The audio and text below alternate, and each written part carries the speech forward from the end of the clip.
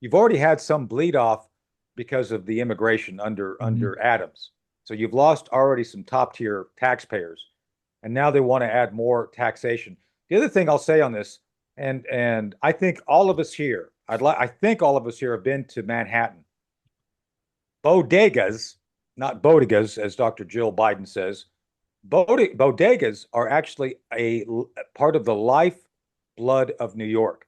People live. Pete, you know this. We've been down there where Dr. London used to live. They have little shops that you can go down pretty much almost 24/7 and buy what the hell you need because, it's a city and you don't have a lot of, big old uh, food stores like Giant or Food Lion or whatever. You don't have those.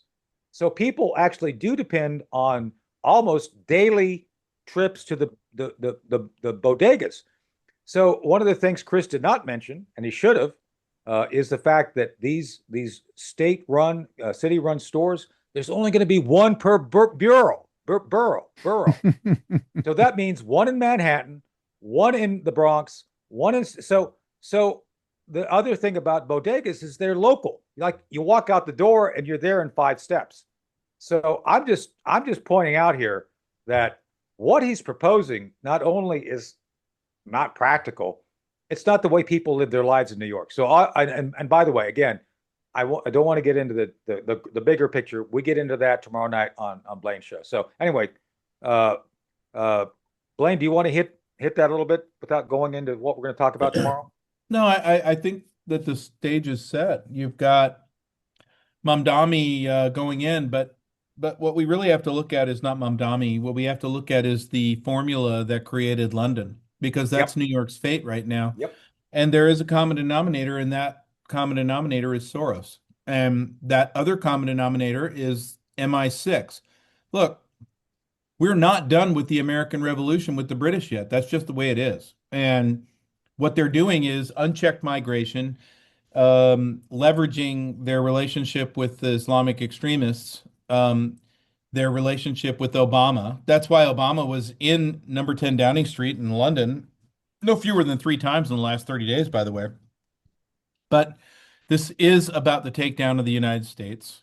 And you can say, well, you're wearing a tinfoil hat. It's like, okay, you could say that. That's fine. But it's all going to play out.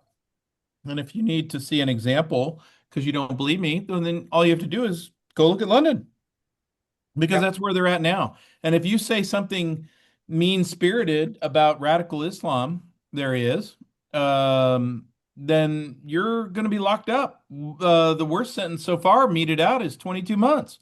Yeah.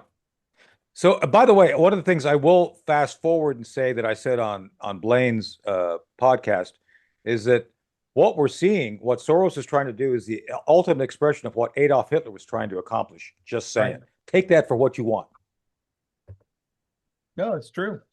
That's Anyway, very true. so yeah, There's a piece to this that I wrote about today with people, the 7 people on the planet who read my stuff.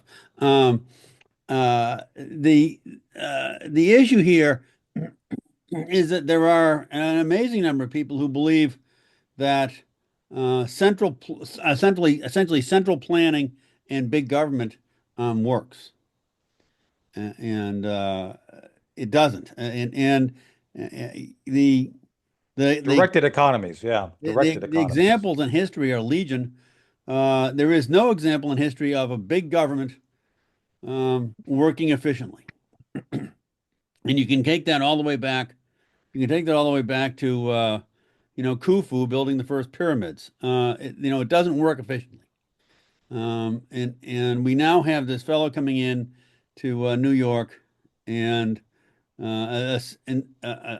insisting that there's no problem too big and no issue too small for government to get involved in. I mean, and that may feel good to people who are upset, but the reason why most people are upset, at least this is what the polls are saying, is because the economy's a mess. Well, but the economy's a mess because of big government. Geez. Exactly. So, take a look at this here, folks. Just for a second, take off your blinders and look at who caused inflation.